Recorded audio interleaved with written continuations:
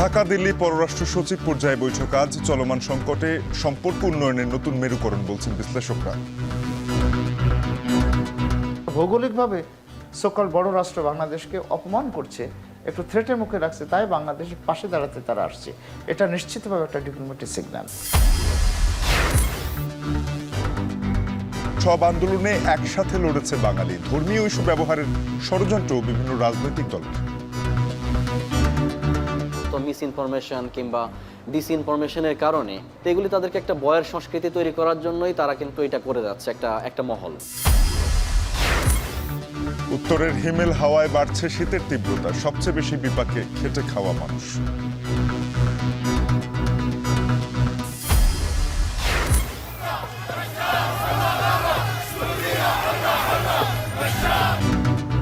রাশিয়ায় আশ্রয় নিলেন ক্ষমতাচ্যুত প্রেসিডেন্ট আসাদ।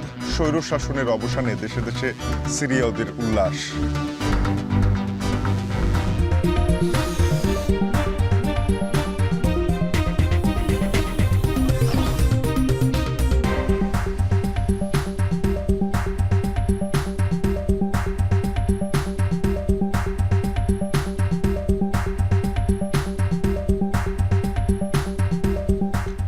শুভ সকাল। এখন সকালের আয়োজনে আপনাদের সাথে আছে আমি তানজিম শাফিন। ভারত বিষয়ে বাংলাদেশের অবস্থান পরিষ্কার। এবার 5 আগস্টের পর সম্পর্কের নতুন মেরুকরণকে ভারতকে বুঝতে হবে, এমনটাই বলছেন আন্তর্জাতিক সম্পর্ক বিশ্লেষকরা। ভারতীয় মিডিয়ার প্রোপাগান্ডা, হাই কমিশনে হামলা সহ অনেক ঘটনাই ঘটেছে। এমন পরিস্থিতিতে বাংলাদেশ ভারত পররাষ্ট্র সচিব পর্যায়ের বৈঠকটি সময় বিবেচনায় বিশেষ গুরুত্ব পাচ্ছে। একই দিনেই ইউরোপীয় ইউনিয়নের 27 দেশের রাষ্ট্রদূতের সঙ্গে প্রধান উপদেষ্টার বৈঠককেও ভারতের জন্য বার্তা হিসেবে দেখা যাচ্ছে। নাইম আবির জানাচ্ছেন বিস্তারিত। ছাত্র জনতার গণঅভ্যুত্থানে 5 আগস্ট পালিয়ে যায় স্বৈরাচার শেখ হাসিনা, আশ্রয় নেয় ভারতে। এরপর থেকেই শুরু হয় ঢাকা দিল্লি সম্পর্কের টানাপোড়েন। তার উপর বাংলাদেশ সম্মিলিত সনাতনী জাগরণ জোটের মুখপাত্র চিন্ময় কৃষ্ণ দাসের গ্রেফতার, কলকাতা ও আগরতলায় বাংলাদেশ দূতাবাসে হামলা, সংখ্যালঘু ইস্যুতে ভারতের মিডিয়ার মিথ্যাচারে প্রতিবেশী দুদেশের সম্পর্ক তলানিতে। এসব ঘটনায় কঠোর প্রতিবাদ লিপি, ভারতের হাইকমিশনারকে জরুরি তলব, আগরতলার দূতাবাস বন্ধ, কলকাতায় ভিসা সীমিত করা ও সবশেষ 2 মিশর প্রধানকে দেশে ফিরিয়ে আনবার মতো পদক্ষেপ নিয়েছে ঢাকা। প্রতিবেশী দেশ দুটির সম্পর্ক যখন সংকটে, ঠিক সেই পরিস্থিতিতে বাংলাদেশের পররাষ্ট্র সচিবের সঙ্গে আলোচনার জন্য ঢাকায় আসছেন ভারতের পররাষ্ট্র সচিব বিক্রম মিশ্রি। ডক্টর ইউনূসের অন্তর্বর্তী সরকার দায়িত্ব নেবার পর ঊর্ধ্বতন কোনো ভারতীয় কর্মকর্তার ঢাকায় এটি প্রথম সফর। এমন সংকটে বিক্রম মিশ্রির এই সফরকে ভারতের পক্ষ থেকে 2 দেশের সম্পর্ককে স্বাভাবিক করবার পদক্ষেপ হিসেবেই দেখা হচ্ছে। আন্তর্জাতিক সম্পর্ক বিশ্লেষকরা বলছেন, এটি ফরেন অফিস কনসালটেশন বৈঠকের অধীনে স্বাভাবিক কূটনৈতিক কার্যক্রম হলেও সময় বিবেচনায় বিশেষ গুরুত্ব পাচ্ছে। ভারত যে পররাষ্ট্র সচিবকে এই পরিস্থিতিতে পাঠাচ্ছেন, এটা ভারতের দিক থেকেও একটি মেসেজ আমাদের প্রতি হয়তোবা, যে তারা উপলব্ধি করতে পেরেছে এবং তারা বাংলাদেশের সাথে সম্পর্ক স্বাভাবিকীকরণে তারা উৎসাহী। ভারত আসছে, তার কূটনীতি হলো ভারতের সাথে আমাদের যে বাণিজ্যে টানাপোড়েন হচ্ছে, ভারতের হাসপাতালগুলো বন্ধ হয়ে যাচ্ছে, তার দ্রব্য অলরেডি আমরা বয়কট করা শুরু করছি। ভারতের প্রচণ্ড আর্থিক ক্ষতি হচ্ছে, ভারতের জনগণ ভারতের সরকারের বিরুদ্ধে ফুঁসে উঠছে। তারা তাদের ওইগুলোকে ম্যানেজ করতে আসছে। আন্তর্জাতিক সম্পর্কের এই শিক্ষক মনে করেন, ভারতের ব্যাপারে বাংলাদেশ তার অবস্থান পরিষ্কার করেছে।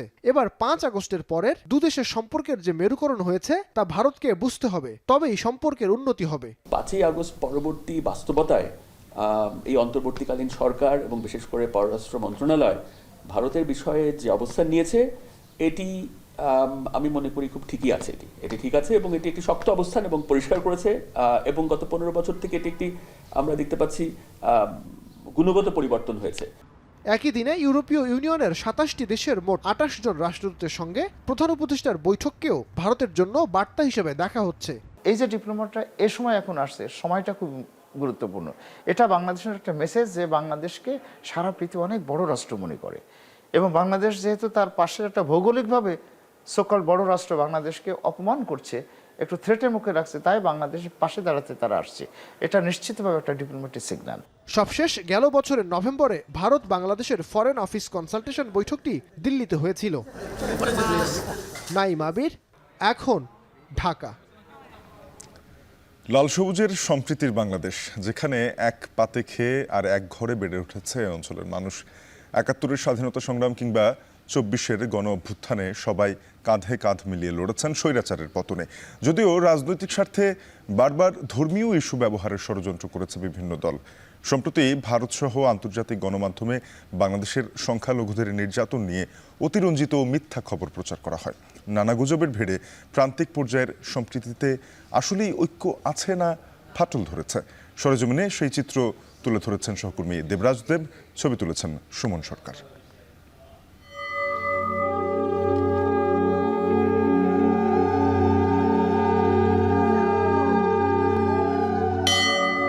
আজ আমরা আছি ঢাকার অদূরে ধামরাইতে। সাম্প্রতিক সময়ে আন্তর্জাতিক বিভিন্ন গণমাধ্যমে বাংলাদেশে সংখ্যালঘুদের উপরে অত্যাচারের নানা খবর আসছে, বিশেষ করে ভারতীয় গণমাধ্যমে। তবে বাংলাদেশের তরফ থেকে এই ধরনের খবর ভিত্তিহীন এবং অতিরঞ্জিত দাবি করে দিল্লিকে কড়া বার্তা জানিয়েছে। সেই ধারাবাহিকতায় আমরা আজ ধামরাইতে এসেছি। এখানকার সংখ্যালঘু সম্প্রদায় অর্থাৎ হিন্দু সম্প্রদায়ের মানুষেরা আসলে কতটা শঙ্কিত সেটি জানতে চাই।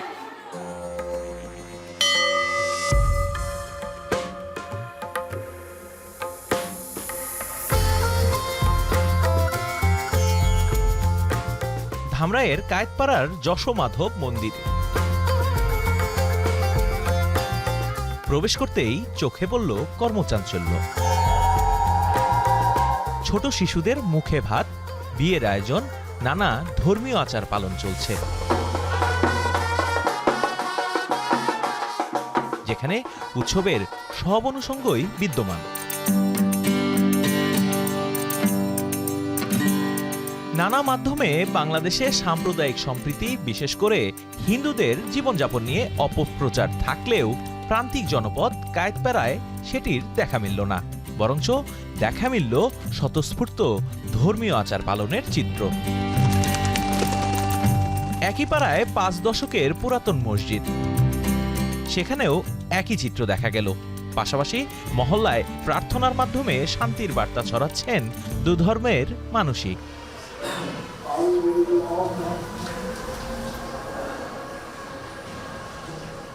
গ্রামের মানুষদের স্পষ্ট কথা, দীর্ঘকাল ধরেই সম্প্রীতি বজায় রেখেছে এ গ্রামের মানুষ।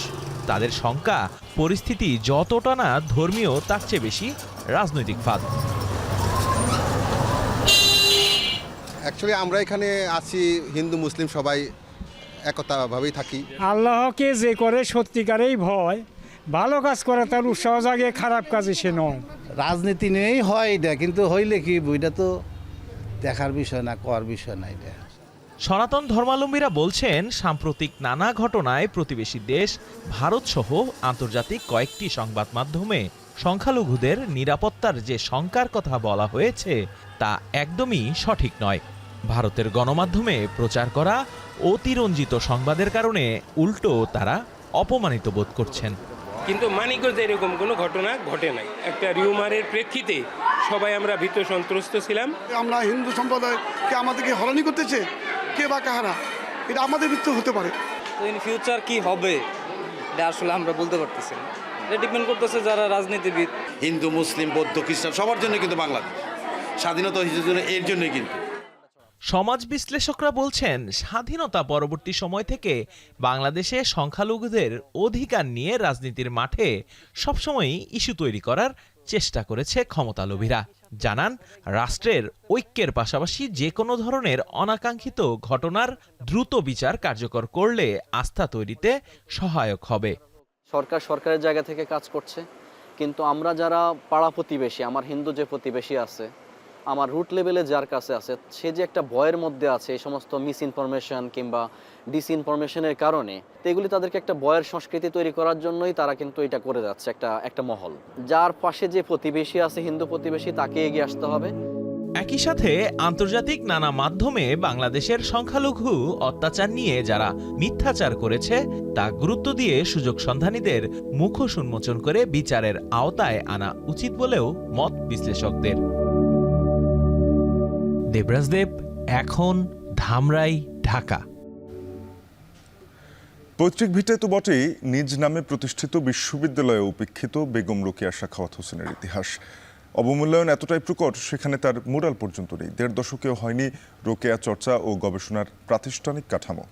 বিশ্ববিদ্যালয় প্রশাসন কয়েক দফা চেষ্টার কথা বললেও পাঠ্যসূচিতে যোগ করতে পারেনি রোকেয়া স্টাডিজ কোর্স।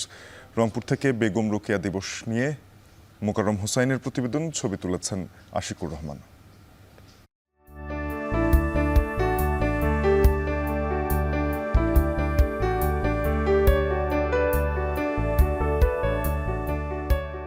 সেই সময় একই পরিবারে জন্ম নিয়েও ছেলে সন্তানের তুলনায় নারীদের শিক্ষা অর্জনে সংকুচিত সুযোগ দেখে যে আক্ষেপে পড়েছিলেন রোকেয়া সাখাওয়াত হোসেন, আর তাতেই হয়ে উঠেছিলেন ইস্পাত কঠিন দৃঢ়।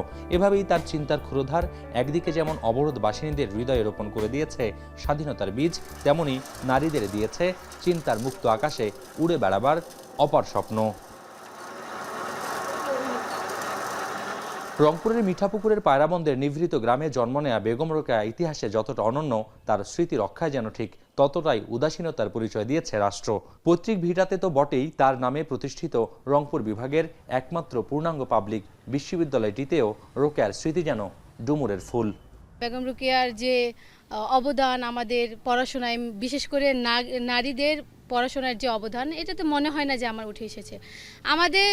আমাদের পাঠ্যক্রমে আসলে ওনার অবদানটা আরও বেশি উঠে আসা উচিত ছিল। রোকেয়া সম্পর্কে যে পড়াশোনা, সেটি আসলে অন্তর্ভুক্ত করার দাবি আমাদের দীর্ঘদিনের ছিল, আর সেটি এখন পর্যন্ত করা হয়নি। আমরা রোকেয়া ইনস্টিটিউট খোলার কথা ছিল, সেটিও এখনো করা হয়নি। রোকেয়ার জন্য একটা স্মৃতিফলক রাখার কথা ছিল, সেটাও এখনো হয়নি। আমরা যেমন বঙ্গবন্ধু মুরাল আমরা দেখতে পেয়েছি, এখানে বেগম রোকেয়ার কোনো মুরাল আমাদের চোখে পড়েনি। আমরা বেগম রোকেয়ার যে ভিটা আছে, তো ওখানে যদি আমরা একটা গবেষণা কেন্দ্রের সুযোগ পেতাম, তাহলে অবশ্যই আমরা আরো ভালোভাবে অনেক কিছু জানতে পারতাম।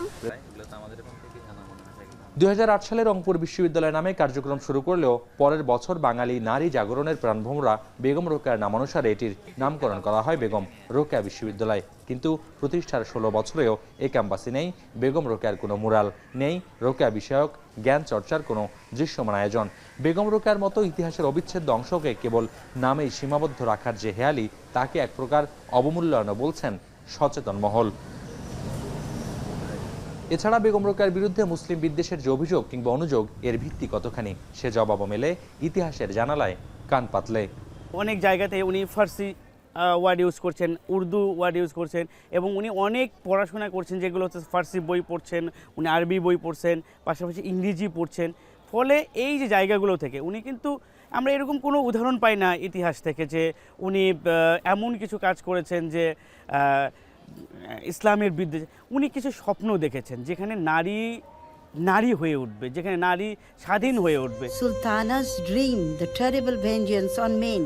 বৈশ্বিক বাস্তবতায় শুধু প্রাচ্যে নয়, পশ্চিমা দেশগুলোতেও চর্চিত হয়েছে বেগম রোকেয়ার চিন্তা ও কর্মের মূল্যায়ন। তার রচিত সুলতানার স্বপ্ন অবলম্বনে স্প্যানিশ ভাষায় তৈরি করা হয়েছে অ্যানিমেশন চলচ্চিত্র। গেল বছর স্পেনের চলচ্চিত্র উৎসবে প্রদর্শিত হয়েছে ইসাবেল হারগুয়েরার নির্মিত এই ছবিটি। এছাড়া বিবিসি বাংলার 2004 সালের সর্বকালের সর্বশ্রেষ্ঠ বাঙালি নির্বাচনের তালিকায় বেগম রোকেয়ার নাম রয়েছে 6ষ্ঠ স্থানে। সেখানে রোকেয়া বিশ্ববিদ্যালয়ে কেন এমন অবমূল্যায়ন? রোকেয়া সাখাওয়াত হোসেনকে চর্চা করবার জন্য অনেক দিন আগে সিন্ডিকেটে একটি সিদ্ধান্ত গৃহীত হয়েছে, এমনকি পাঠ্যক্রমে অন্তর্ভুক্ত করবার জন্য সিদ্ধান্ত হয়েছে। সেটিও যদি বাস্তবায়ন করা যায়, তাহলে এই বিশ্ববিদ্যালয়ে, যার নামে বিশ্ববিদ্যালয়, সেই নামাঙ্কিত বিশ্ববিদ্যালয়ের শিক্ষার্থীরা রোকেয়া সাখাওয়াত হোসেনকে জানবে, বুঝবে, চর্চা করবে। এটা তো একটা সব মানুষের প্রত্যাশা হতেই পারে। এমন বাস্তবতায় নিজ ভূমেই যেন পরবাসী হয়ে আরও একটি জন্ম ও মৃত্যু দিবস কাটছে নারী জাগরণের অগ্রদূত বেগম রোকেয়া সাখাওয়াত হোসেনের। জাতির জন্য যার এত অবদান, ইতিহাসের খরচা খাতায় সে ঋণ কি কভু শোধ হবে? আর সে প্রশ্ন থেকেই যায়। মোকাররম হোসাইন, এখন রংপুর। কিশোরগঞ্জ আঞ্চলিক পাসপোর্ট অফিসে সেবা নিতে গিয়ে প্রতিদিনই পড়তে হচ্ছে দালালের খপ্পরে। ফিঙ্গারপ্রিন্ট কক্ষ থেকে শুরু করে অফিসের প্রতিটি কোণায় দালালের দৌরাত্ম্য, যার ফলে সেবা নিতে আসা মানুষের ভোগান্তি সীমাহীন। দালাল মুক্ত পরিবেশ দাবি করে অভিযোগের ভিত্তিতে পদক্ষেপের আশ্বাস দিয়েছেন কর্তৃপক্ষ। কিশোরগঞ্জ প্রতিনিধি মশিউর কায়েসের প্রতিবেদন থাকছে বিস্তারিত। পাসপোর্ট সবার নাগরিক অধিকার, যা নিশ্চিত করবে এই অফিস। কিন্তু এখানেই আপনার জন্য পাতা আছে দালালদের ফাঁদ। লাইনের মানুষ ছাপিয়ে কক্ষের দরজা, সব জায়গায় অবাধ আনাগোনা তাদের। কি চলছে ভেতরে, আর কত টাকায় বা বিক্রি হচ্ছে আপনার নাগরিক অধিকার, জানাবো সেই গল্প। মোহাম্মদ ওয়াদুদ চট্টগ্রাম বিশ্ববিদ্যালয় থেকে নৃবিজ্ঞানে স্নাতক। উচ্চশিক্ষার জন্য বিদেশ যাবেন, তাই আঞ্চলিক পাসপোর্ট অফিসে আসা। পাসপোর্টের ফর্ম পূরণ থেকে টাকা জমা সবই করেছেন নিজে, কিন্তু পাসপোর্ট অফিসে ঢুকতেই আটকে যান দালাল চক্রের জালে। অফিসের প্রতিটি জায়গায় দালালদের দৌড়ান্তে হাঁপিয়ে ওঠেন তিনি। শেষমেশ বাধ্য হয়ে 600 টাকার বিনিময়ে নিজেকে সমর্পণ করেন দালালদের হাতে। চুক্তি অনুযায়ী ওয়াদুদের জন্য ভিআইপি ফিঙ্গারপ্রিন্ট নেয়ার ব্যবস্থা করা হয়। দালালরা তাকে নিয়ে যান দোতলায়, যেখানে শুধু নারীদের ফিঙ্গারপ্রিন্ট নেওয়া হয়। যার সাথে আমার কথা হয় তিনি প্রথমে আমাকে দুতলায় নিয়ে যান, এবং দুতলায় নিয়ে যাওয়ার পরে যখন উনি একজন কর্মকর্তার সঙ্গে কিছুক্ষণ কথা বলেন, কথা বলতে যখন উনি কাজটা করতে ব্যর্থ হন, উনি আবার দেখলাম কিছুক্ষণ পর দৌড়াদৌড়ি করার পরে আবার অন্য কর্মকর্তার রুমে যান, সেখান থেকে আবার অন্য কর্মকর্তার রুমে যান, এবং দোতলায় যেখানে মহিলাদের এখানে মূলত ফিঙ্গার দেওয়ার কথা সেখানে আমাকে নিয়ে যান। এভাবে দালালদের উপস্থিতি পাসপোর্ট অফিসের প্রতিটি কোণায়। এই গল্প শুধু ওয়াদুদের নয়, প্রতিদিনই সেবা নিতে আসা হাজারো মানুষের। পাসপোর্ট অফিসের তথ্য অনুযায়ী 1 মাসে 20 অক্টোবর থেকে 20 নভেম্বর পর্যন্ত পাসপোর্ট করতে এসেছেন 10,992 জন। এদের অধিকাংশই দালালদের খপ্পরে পড়ে আর্থিক ক্ষতির শিকার হয়েছেন। এখানে যে কিছু কিছু লোক, দালালের লোকগুলো যে দাঁড়া করে রেখে যায়, ওরা আপনার ওদের লোক দাঁড়া করে রাখার পরে ওদের লোকে এসে আবার আরেকজনকে দাঁড়া করায়। 11,000 টাকা চাইছিল দালালে, কিন্তু আর্থিক সমস্যার কারণে দিতে পারে না আর কি। এমনও হয় কাগজপত্র কারাকারি করে নিয়ে যায়, যে কাগজ দেন, স্লিপ নিয়ে দিতেছি। আশেপাশে দালাল ঘুরতেছে বিভিন্ন, মানে ওরা মনে হয় যে গায়ের উপরে এসে পড়বে, এমন একটা অবস্থা যে কি করবেন। দালালদের সাথে অফিসিয়াল একটা কমিউনিকেশন আছে ওদের, এটারে পুঁজি করে আসলে যুগের পর যুগ এটা হয়ে যায়। জেলার এই আঞ্চলিক পাসপোর্ট অফিসে দালালরা এতই বেপরোয়া, যে কোনো কক্ষে খোদ চক্রের সদস্যরাই করছেন অফিস। সিরিয়ালের নামে হাসিল করছেন ফায়দা। হাতে ফিঙ্গারপ্রিন্ট রোগীরা দিতে পারছে না, ওইগুলো আমি দেখাই দিচ্ছি আর কি, এইটুকুই আর কি। জাস্ট সিরিয়াল থেকে মানুষ অতিরিক্ত চলে আসতেছে, আমি সেটা করে দিই। প্রত্যেক দিন বলতে গেলে যখন সময় পাই তখন চলে আসি আর কি। কেউ বলে নাই, তো পাবলিকের ক্ষেত্রে আসছে আর কি। সহকারী পরিচালকের কাছে এ নিয়ে জানতে চাইলে অফিসকে দালাল ও দুর্নীতিমুক্ত বলে দাবি করেন তিনি। তবে লিখিত অভিযোগ পেলে ব্যবস্থা নেয়ার আশ্বাসও দেন তিনি। এইখানে এসে আমাদের এখানে এই ধরনের কোনো ধরনের হয়রানি বা তার অন্য ধরনের কোনো সে সমস্যার সম্মুখীন হচ্ছে না। এইরকম যদি ভাইয়া কেউ আমাকে মৌখিক বা লিখিতভাবে অভিযোগ দেয়, অবশ্যই আমি যে আনসারের জেলা কমান্ড্যান্ট স্যার আছে ওনাদের জানিয়ে তাদের এখান থেকে সরিয়ে নেওয়ার ব্যবস্থা করব। পাসপোর্ট নাগরিক অধিকার, তারপরেও সরকারি ফি প্রদানের পর বিনামূল্যে এই সেবা পাওয়া যেন স্বপ্ন। মুশুর কায়েস, এখন কিশোরগঞ্জ। আরএফএল ওয়াটার পাম্পের অটো থার্মাল টেকনোলজি, যা বেশি হিটে নষ্ট হয় না, শতভাগ মসৃণ ব্রাশ ইম্পেলার নিশ্চিত করে অধিক পানির flow. RFL water pump on করলে পানির তুফান। সিরিয়ায় সরকার বিরোধী বিদ্রোহী গোষ্ঠী হায়াত তাহরির আল শামের জোরালো হামলার মুখে মাত্র 12 দিনেই পতন হয় প্রেসিডেন্ট বাশার আল আসাদের 24 বছরের সাম্রাজ্যের, যিনি এখন দেশ ছেড়ে পালিয়ে পরিবার সহ অবস্থান করছেন রাশিয়া। বিষয়টি নিশ্চিত করেছে একাধিক আন্তর্জাতিক গণমাধ্যম। বিদ্রোহী গোষ্ঠীটির প্রধান আবু মোহাম্মদ আল জুলানি স্বৈরাচার সরকার পতনের পর দেয়া প্রথম ভাষণে এই বিজয় সমগ্র সিরীয়দের উৎসর্গ করেছেন। তবে হায়াত তাহরির আল শাম বিশ্বব্যাপী সন্ত্রাসী গোষ্ঠী হিসেবে মনোনীত হওয়ায় আসাদ সরকার পতনের পরও সিরিয়ার ঝুঁকি কমেনি বলে মনে করছে যুক্তরাষ্ট্র। তাই এই ঝুঁকি মোকাবিলায় সিরিয়ায় অংশীদারদের সঙ্গে যুক্তরাষ্ট্র কাজ চালিয়ে যাবে বলে জানিয়েছেন প্রেসিডেন্ট জো বাইডেন। এদিকে গোলান মালভূমি সিরিয়া ইসরায়েল সীমান্তের বাফার জোন দখলে সামরিক বাহিনীকে নির্দেশ দিয়েছে ইসরায়েলের প্রধানমন্ত্রী বেনিয়ামিন নেতানিয়াহু। ইতিমধ্যে দামেস্কের অস্ত্রের ডিপোতে হামলা চালিয়েছে ইসরায়েল।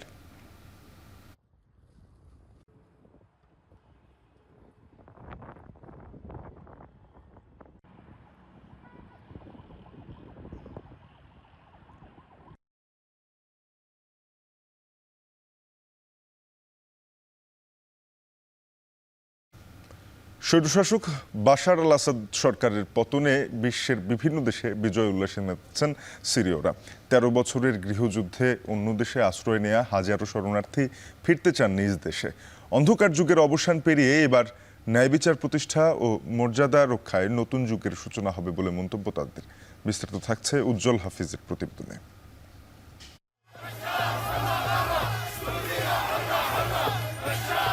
পরাধীনতার শৃঙ্খল ভাঙার জয়, এ জয় আনন্দের, এ জয় গৌরবের। আসাদের পতনে কেবল সিরিয়াতেই নয়, বিজয়ের আনন্দে মাতোয়ারা জার্মানিতে আশ্রয় নেয়া হাজারো সিরিয়ান শরণার্থী। রাজধানী বার্লিনে পতাকা, প্ল্যাকার্ড হাতে হাজারো মানুষের উল্লাস। ২০১১ সালে সিরিয়ায় গৃহযুদ্ধ শুরুর পর এদের বেশিরভাগই পালিয়ে আসেন জার্মানিতে। এবার স্বাধীন দেশে ফিরতে চান তারা। তাদের আশা, ন্যায় বিচার প্রতিষ্ঠার পাশাপাশি সিরিয়ায় রচিত হবে এবার নতুন অধ্যায়। It's freedom. Now no Bashar, no politic. Thank you God. Danke schön God.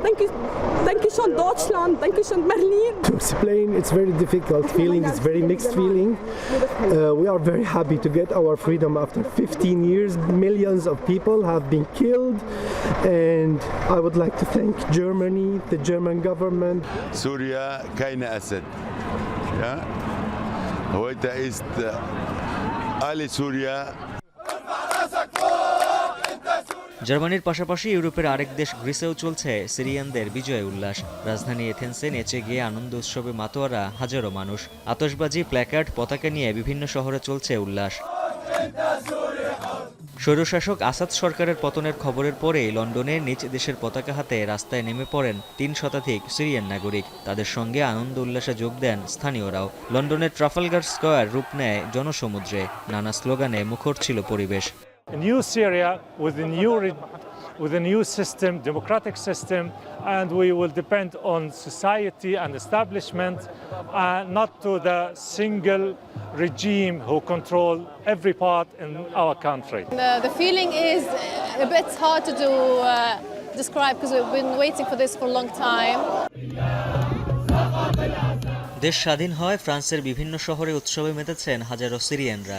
প্যারিসের প্লেস দে লা রিপাবলিকে জড়ো হয়ে পতাকা হাতে বিজয় মিছিল করেন তারা। গণহত্যা চালানোর অভিযোগে আসাদের ফাঁসির দাবি জানিয়েছেন অনেকেই। Aujourd'hui c'est le premier jour je me sens libre. C'est la Syrie. La Syrie est libre. Mais la seule chose qui me manque après que j'ai passé 7 ans en prison à Sednaya. On est vraiment très très heureux. C'était vraiment inespéré ce moment-là. On attendait depuis très très longtemps. Pas depuis 13 ans, mais même depuis le début du régime. ফ্রান্সের পাশাপাশি মাদ্রিদে Syrian দূতাবাসের সামনে বিজয় মিছিল করেন অনেকে। নারী, শিশু, বৃদ্ধ সহ আনন্দ মিছিলে অংশ নেন সবাই। আসাদ বাহিনীর বিচারের পাশাপাশি সিরিয়ায় স্বাধীনতার লড়াইকে ঐতিহাসিক মুহূর্ত হিসেবে উল্লেখ করেন তারা। Cualquiera del pueblo sirio ese renacimiento este día para todos. Para todos los que ves aquí, vale, y para todo el pueblo sirio ese renacimiento. Pues significa mucho al final de una época muy negra, muy triste, de mucha injusticia. স্বৈরশাসক Asad সরকারের পতনে এবার সিরিয়ায় ন্যায় বিচারের পাশাপাশি নাগরিকদের মৌলিক অধিকার নিশ্চিত হবে, এমনটাই প্রত্যাশা সকলের। উজ্জ্বল হাফিজ, এখন বিশ্ব। এখন সকালে একটা ছোট্ট বিরতি নিয়ে ফিরছি, সঙ্গে থাকুন।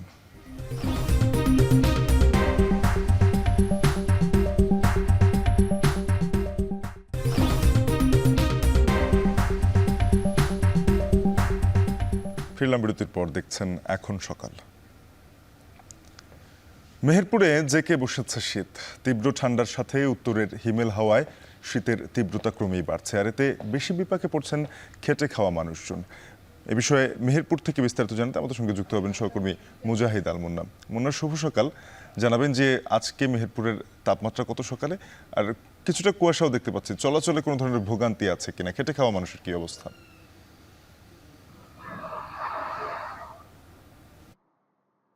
শাফিন, আপনাকে আমি জানিয়ে রাখি, মেহেরপুর কিন্তু শীত এবং গরমের জেলা। আপনাকে যদি জানিয়ে রাখি, বিগত কয়েক বছর ধরেই কিন্তু মেহেরপুরে প্রতি বছরেই সর্বনিম্ন এবং সর্বোচ্চ তাপমাত্রার পারদ কিন্তু মেহেরপুরে ছুঁয়ে যায়।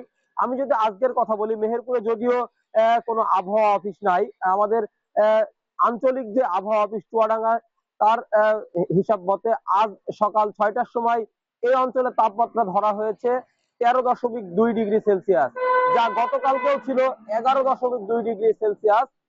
তো আমি যদি আপনার জানিয়ে রাখি, আমি আবহাওয়া অফিসের সাথে কথা বলেছি, তারা আমাকে জানিয়েছেন তাপমাত্রা কিন্তু এক আধ সপ্তাহের ভিতরে অর্থাৎ ডিসেম্বরের পুরোটা সময় জুড়ে কিন্তু আরো কমবে। এমনকি তাপমাত্রা 6-7 ডিগ্রিতেও নেমে আসার সম্ভাবনার কথা বলছেন আবহাওয়া অফিস। তো সেই হিসেবে মেহেরপুরে কিন্তু এবারও শীতের যে ভোগান্তি সেটা কিন্তু পোহাতে হবে এই অঞ্চলের এই জনপদের মানুষজনকে। আমি যদি আজকের কথা বলি, আমি সকালে দেখেছি মেহেরপুরের আকাশে কিন্তু সকালে ব্যাপকভাবে কুয়াশা ছিল, যদিও বেলা বাড়ার সাথে সাথে সূর্য ওঠে এবং সূর্য উঠলেও সূর্যের উত্তাপ কিন্তু সেভাবে আমরা পাই না। আবার আমি যদি আপনাকে বলি, অতিরিক্ত শীতের কারণে জনজীবনে কিন্তু এক ধরনের অস্বস্তি রয়েছে, বিশেষ করে যারা খেটে খাওয়া মানুষ, যারা দিনমজুর, শ্রমিক, রিক্সা চালক, ভ্যান চালক, ইজি বাইক চালক, এদের জন্য কিন্তু শীত বিপদের কারণ হয়ে দাঁড়ায়। কারণ শীতের কারণে তারা যেমন একদিকে ঠিক মতো কাজ করতে পারে না, আবার অতিরিক্ত শীত পড়লে বা তাপমাত্রা আরো কমে গেলে কিন্তু মানুষজনও কিন্তু প্রয়োজনীয় কাজ ছাড়া বাইরে বের হয় না। সেই ক্ষেত্রে যারা রিক্সা চালায়, ইজি বাইক চালায় বা ভ্যান চালায়, এদের কিন্তু ভাড়া অনেকটাই কমে যায়। একদিকে যেমন জিনিসপত্রের দাম বাড়ছে, অন্যদিকে তাদের ইনকাম যদি কমে যায় তাদের জন্য কিন্তু এটা অনেক কঠিন হয়ে যাবে। আবার আমি চিকিৎসকদের সাথে কথা বলেছি, তারা আমাকে জানিয়েছেন এই শীতের সাথে সাথে শীতজনিত কিন্তু বিভিন্ন ধরনের রোগ বালাই জন্ম নেয়। তাই বিশেষ করে বাড়ির যারা বয়োজ্যেষ্ঠ এবং শিশু, এদেরকে কিন্তু সাবধানে থাকার পরামর্শ দিচ্ছেন চিকিৎসকরা, যাতে শীতের প্রভাবে তাদের কোনো নতুন করে কোনো রোগ বালাই না জন্মায়। শাফিন, এই ছিল আমার কাছে শীতের সর্বশেষ পরিস্থিতি মেহেরপুর থেকে। শাফিন। সহকর্মী মুজাহিদ আল মুন্না যুক্ত হয়েছিলেন মেহেরপুর থেকে, জানাচ্ছিলেন শীতের তীব্রতা বেড়েছে। জাহাঙ্গীরনগর বিশ্ববিদ্যালয়ে চারুকলা অনুষদের ভবন নির্মাণ নিয়ে পাল্টাপাল্টি অবস্থান নিয়েছেন শিক্ষার্থীদের দুই পক্ষ। চারুকলার শিক্ষার্থীরা বলছেন ক্লাসরুম সংকট সহ নানা কারণে ভবন নির্মাণ অপরিহার্য হয়ে পড়েছে। আর আরেক পক্ষের দাবি, নির্ধারিত জায়গায় ভবন নির্মাণ করলে ধ্বংস হবে প্রাণ প্রকৃতি, তাই অন্য কোথাও ভবন নির্মাণের পরামর্শ তাদের। বিস্তারিত হুমায়ুন কবিরের প্রতিবেদনে। এবছরের জুন মাসে বাংলাদেশ ভারত যৌথ অর্থায়নে চারুকলা ভবনের নির্মাণ কাজ শুরু হয়। যে স্থানটিতে ভবন নির্মাণ হচ্ছে সেটি অতিথি পাখির অভয়াশ্রম হিসাবে পরিচিত একটি জলাশয়ের পাশে হওয়ায় নির্মাণ কাজ শুরুর সময়ই একদল শিক্ষার্থী এতে বাধা দেন। তাদের বাধা উপেক্ষা করে সেখানে অন্তত 150টি গাছ কেটে শুরু হয় নির্মাণযজ্ঞ। এরপর আগস্টে সরকার পতনের পর একদল শিক্ষার্থী ভবনটির নির্মাণ কাজ বন্ধ করে দেন। এর প্রেক্ষিতে গত 31 অক্টোবর বিশ্ববিদ্যালয় প্রশাসনের সঙ্গে আলোচনায় বসেন একদল শিক্ষার্থী। তারা ভবনটি নির্মাণ স্থগিতের দাবি জানান। সবশেষ গত 3 নভেম্বর এক প্রশাসনিক সভায় সাময়িকভাবে ভবন নির্মাণ কাজ বন্ধের সিদ্ধান্ত নেয় বিশ্ববিদ্যালয় কর্তৃপক্ষ। তবে চারুকলা অনুষদের শিক্ষার্থীরা বলছেন, একাডেমিক ও ক্লাসরুমের সংকটের কারণে এই ভবনটি নির্মাণ করা অত্যন্ত জরুরি। তো বর্তমানে আমাদের যে ক্লাস সংকট, 9টা ব্যাচের, প্রতিটা ব্যাচের জন্য পর্যাপ্ত রুম আমাদের এখানে নাই, যে কারণে বাধ্য হয়ে আমাদের ক্লাসরুমের বাইরে ক্লাস করা লাগতেছে। চারুকলা ভবন নির্মাণকে কেন্দ্র করে যে জটিলতা তৈরি হয়েছে বর্তমান জাহাঙ্গীরনগর বিশ্ববিদ্যালয়ে, তার প্রেক্ষাপটে শুধু একটা কথাই আপাতত বলা সমীচীন বলে মনে হচ্ছে, সেটা হচ্ছে যে কোনো এক নির্দিষ্ট গোষ্ঠী তাদেরকে খুব বড়সড় ইন্ধন দিচ্ছে বলেই তারা চারুকলা বিভাগ কিংবা জাহাঙ্গীরনগরের সাংস্কৃতিক রাজধানীর মতো এমন একটা প্রাণকেন্দ্রে চারুকলার বিরুদ্ধে তারা হচ্ছে যে আচরণটা করছে। চারুকলা বিভাগের যে ভবন, সেটা বারবার নির্মাণাধীন অবস্থাতেই বারবার বাধার সম্মুখীন হচ্ছে। এ ব্যাপারে প্রশাসনও অবগত, প্রশাসন আমাদেরকে বারবার আশ্বস্ত করছে, কিন্তু আমরা কোনো কার্যকরী ফল দেখতে পাচ্ছি না। ভবন নির্মাণে নির্ধারিত জায়গাটি অতিথি পাখির অভয়ারণ্য। এছাড়া ভবন নির্মাণে রয়েছে অনিয়মের অভিযোগ, তাই অন্য কোনো জায়গা নির্ধারণ করে ভবন নির্মাণের দাবি শিক্ষার্থীদের। আমাদের ক্যাম্পাসে সবচেয়ে বেশি অতিথি পাখি থাকে ওই লেকটাকে ধ্বংস করে দিয়েছে জাস্ট এই চারুকলা ভবনটা। প্রাণ, প্রকৃতি ও পরিবেশ ধ্বংস করে এই ধরনের অপরিকল্পিত বিল্ডিং নির্মাণ হোক, সেটা আমরা চাই না। এই জায়গায় ভবন করলে অতিথি পাখির একটা অভয়াশ্রম, যেই লেকটা আছে, লেক ক্ষতিগ্রস্ত হবে। এখানে যে ফ্লাইং জোন আছে পাখির, সেটা ক্ষতিগ্রস্ত হবে, এখানে ভবন করা যাবে না। তারপরেও গায়ের জোরে বিশ্ববিদ্যালয়ের একটা মহল এখানে ভবন করতে চাচ্ছে। বিশ্ববিদ্যালয়ের উপাচার্য জানান, প্রাণ প্রকৃতি রক্ষা ও ভবন নির্মাণের বিষয়ে কমিটি করা হয়েছে। এছাড়া চারুকলা অনুষদের শিক্ষার্থীদের স্বার্থে দ্রুত সংকট কাটিয়ে ওঠার চেষ্টা চলছে বলেও জানান তিনি। স্থান নির্ধারণ করার ক্ষেত্রে কিছু সংকট থাকার কারণে প্রাণ প্রকৃতি রক্ষার পক্ষে যারা কাজ করে তাদেরও কিছু বক্তব্য রয়েছে। ফলে এখানে একটা জটিলতার সৃষ্টি হয়েছে। অর্থায়নের বিষয়ে মিশ্র অভিমত আছে শিক্ষার্থীদের মধ্যে। উচ্চ ক্ষমতা সম্পন্ন কমিটি করা হয়েছে। 3 সপ্তাহের মধ্যেই আমরা তদন্ত রিপোর্ট পাবো। রিপোর্ট আসার পরই আমরা এই বিষয়ে কার্যকর একটি পদক্ষেপ নিতে পারবো এবং আশা করি সংকট সমাধান হবে। ক্লাসরুম সহ একাডেমিক ভবনের সংকট নিরসনে চারুকলা অনুষদের জন্য ভবন নির্মাণের প্রয়োজনীয়তার পক্ষে সবাই। তবে এ ভবন সহ ক্যাম্পাসে যে কোনো উন্নয়ন কাজের জন্য সুষ্ঠু পরিকল্পনার তাগিদ দেন সংশ্লিষ্টরা।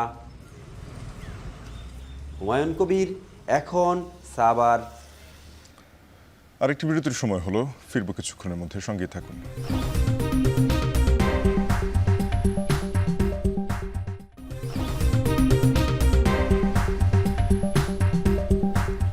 ফিরলাম বিরতির পর, দেখছেন এখন সকাল। নেত্রকোনায় ঝুঁকিপূর্ণ রেলগেট দিয়ে চলাচলে ঘটছে দুর্ঘটনা। বেশিরভাগ রেলগেটের নেই অনুমোদন। দীর্ঘদিন সংস্কার না হওয়ায় ঝুঁকি রয়েছে যাত্রীদের। রেল কর্তৃপক্ষ বলছে ঝুঁকিপূর্ণ রেল লাইন সংস্কার সহ রেলগেট সংস্কারের উদ্যোগ নেওয়া হচ্ছে শিগগিরই। যদিও স্থানীয়দের অভিযোগ, সংস্কার নিয়ে কোনো উদ্যোগ নেই কর্তৃপক্ষের। রিফাত আহমেদ রাসেলের প্রতিবেদন। নেত্রকোনার 40 রেলগেট, যানবাহনের প্রেসারে লাইন থেকে সরে গেছে রেল স্লিপার, নষ্ট হয়ে গেছে এর যন্ত্রাংশ।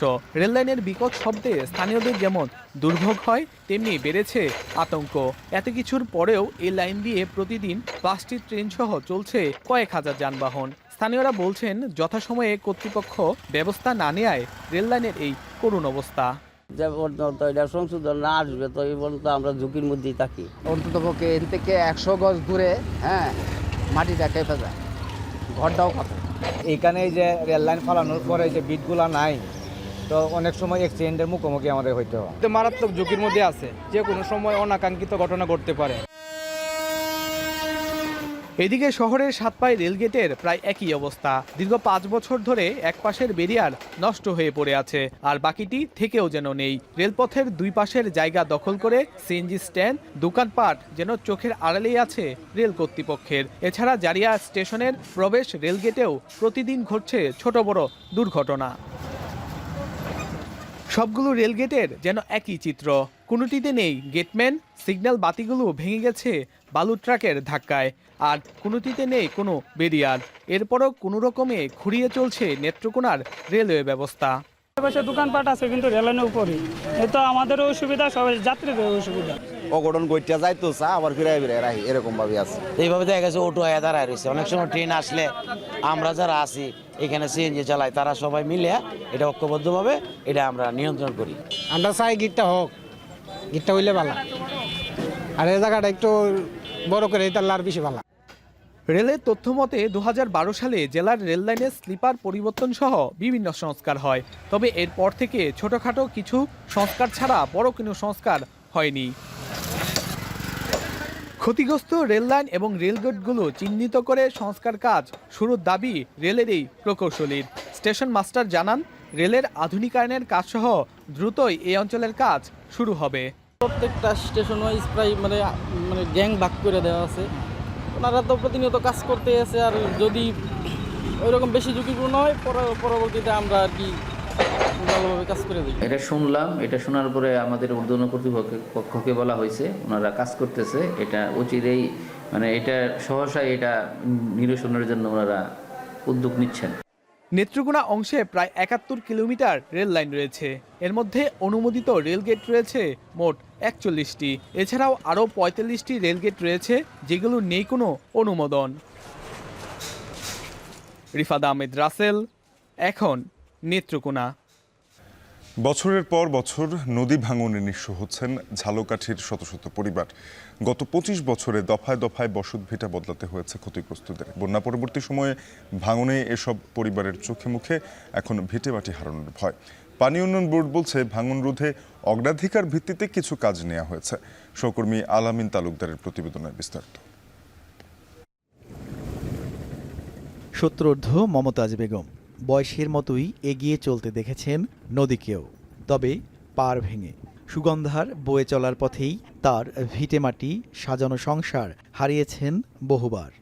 পুষ্কুনি আনলে এই ঘরের পোতা আনলে এই বিজে আনলে এই গাছ গাছালি মারলে বহুত বাড়ি বড় বাড়ি আপনার দেখুন এই তো বাংতে বাংতে সব বাবু নদীতে ভেঙে গেছে।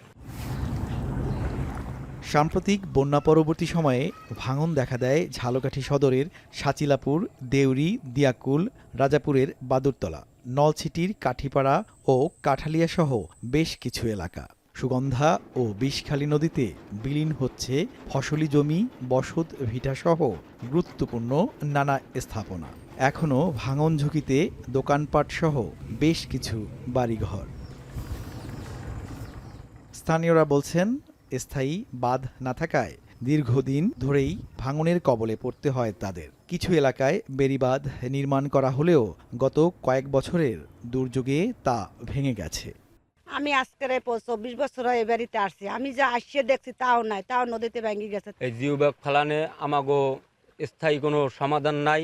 আমাকে বেরিবারটা যদি একটু টিকসইভাবে হইতে তাহলে আমরা থাকতে পারতাম। পানি উন্নয়ন বোর্ড বলছে, ভাঙন রোধে এরই মধ্যে একটি প্রকল্পের অনুমোদন দেয়া হয়েছে। এতে 13 কিলোমিটার এলাকার 60টি স্থানে সিসি ব্লক দেয়া হবে। এখানে 13.215 কিলোমিটার কাজ বাস্তবায়ন করা হবে। এটার 60টি স্থানে কাজ বাস্তবায়ন করা হবে। এখানে ব্লক এবং সিসি ব্লক দ্বারা স্থায়ী তীরগতি রেখার কাজ বাস্তবায়ন করা হবে। জিওব্যাগ বা সিসি ব্লকের অস্থায়ী বাঁধ নয়, ভাঙন রোধে স্থায়ী ও টেকসই বেড়িবাঁধ নির্মাণের দাবি এলাকাবাসীর। আল আমিন তালুকদার, এখন ঝালকাঠি। এখন সকালে নিচ্ছে আরও একটা বিরতি, কিছুক্ষণের মধ্যেই ফিরবো, সাথেই থাকুন।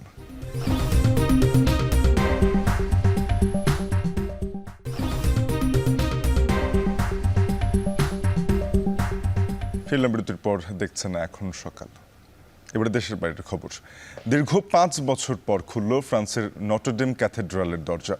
এই অনুষ্ঠানের মধ্য দিয়ে রাজনৈতিক সফর শুরু করলেন ডোনাল্ড ট্রাম্প। প্রথম বিদেশ সফরেই বলে বসলেন, বিশ্ব এখন চরম পাগলামির মধ্য দিয়ে যাচ্ছে।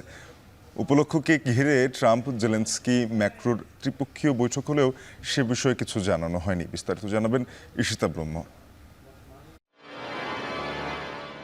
ভয়াবহ আগুনে পুড়ে যাওয়ার 5 বছর পর সংস্কার কাজ শেষে ফ্রান্সের ঐতিহাসিক নটরডেম গির্জার উদ্বোধনী অনুষ্ঠানের মধ্য দিয়ে আবারও আন্তর্জাতিক পরিমণ্ডলে নবনির্বাচিত মার্কিন প্রেসিডেন্ট ডোনাল্ড ট্রাম্প। হাস্যোজ্জ্বল করমর্দন নড়বড়ে সরকার ব্যবস্থায় বসে থাকা প্রেসিডেন্ট ইমানুয়েল ম্যাক্রো এবং যুদ্ধবিধ্বস্ত প্রেসিডেন্ট ভলোদিমির জেলেনস্কির সঙ্গে। এদিন ব্রিটেনের রাজপরিবারের সদস্য প্রিন্স উইলিয়ামের সঙ্গেও সাক্ষাৎ করেন ট্রাম্প। এ যেন নতুন প্রত্যাবর্তন, সবার চোখে মুখে আশার আলো। এবার বুঝি বিশ্ব রাজনীতিতে আসবে স্থিতিশীলতা। ফ্রান্সে ঐতিহাসিক এই ক্যাথেড্রালের উদ্বোধনী অনুষ্ঠানে বহুদিন পর এলিসি প্রাসাদে এক ছাদের নিচে জড়ো হয়েছেন বিশ্ব নেতারা। অনুষ্ঠিত হয় এজেন্ডার বাইরে ট্রাম্প, ম্যাক্রো আর জেলেনস্কির বৈঠক। 20 মিনিটের এই বৈঠকের বিস্তারিত জানা না গেলেও ধারণা করা হচ্ছে, ট্রাম্প ক্ষমতায় এলে রাশিয়ার বিরুদ্ধে ইউক্রেনের যুদ্ধ কিভাবে চলবে, ট্রাম্পের ভূমিকা কি থাকবে, সেসব নিয়েই হয়েছে আলোচনা। বৈঠক শেষে বেশ উৎফুল্ল দেখা গেছে ইউক্রেনের president Volodymyr জেলেনস্কিকে। Еммануеля, моя і президента Трампа.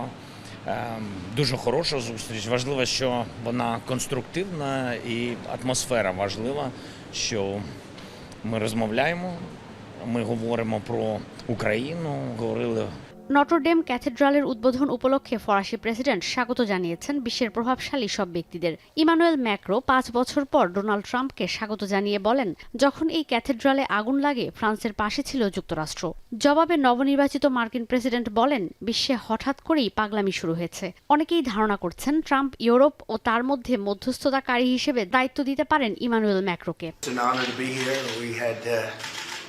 Good time together, and we had a lot of success, really great success working together on defense and offense too. And it certainly seems like the world is going a little crazy right now. যদিও বিশ্লেষকরা বলছেন, ইউক্রেনকে সামরিক সহায়তা দেওয়ার পরিবর্তে ইউরোপীয় দেশগুলোর নিজ দেশের প্রতিরক্ষা ব্যবস্থার সক্ষমতা বাড়ানোর উপর জোর দিতে পারেন ট্রাম্প। নির্বাচনে ট্রাম্প জয়ী হওয়ার পর থেকেই বাইডেন প্রশাসনের ভয় ইউক্রেনকে সামরিক সহায়তা দেয়া বন্ধ করে দিতে পারে ট্রাম্প সরকার। ক্যাথেড্রালের উদ্বোধন উপলক্ষে এক ছাদের নিচে জড়ো হন বিশ্বের শীর্ষ ধনী ইলন মাস্ক, সঙ্গে ফ্রেঞ্চ ধনকুবের বার্নার্ড আর্নল্ড, ইতালির প্রধানমন্ত্রী জর্জিয়া মেলোনি, ফ্রান্সের সাবেক প্রেসিডেন্ট ফ্রাঁসোয়া ওলাদ আর নিকোলাস সার্কোজি।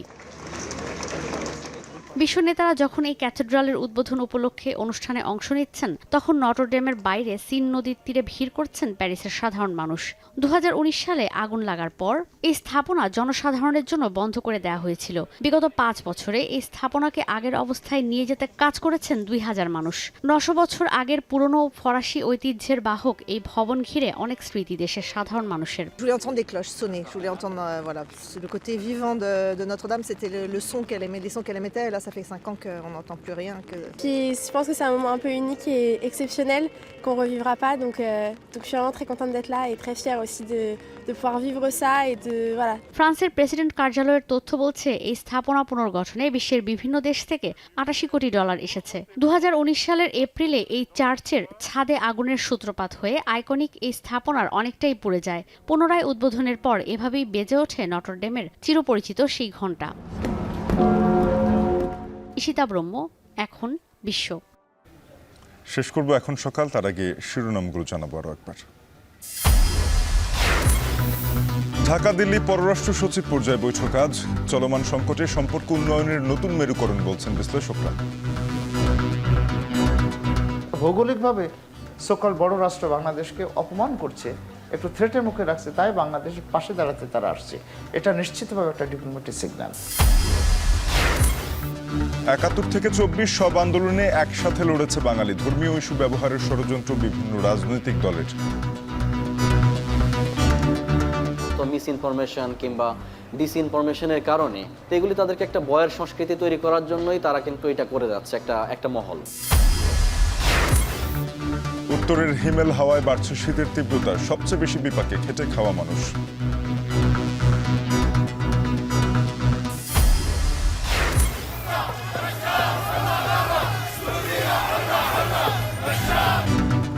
রাশিয়ায় আশ্রয় নিলেন ক্ষমতাচ্যুত প্রেসিডেন্ট আসাদ। স্বৈর শাসনের অবসানে দেশে দেশে সিরীয়দের উল্লাস।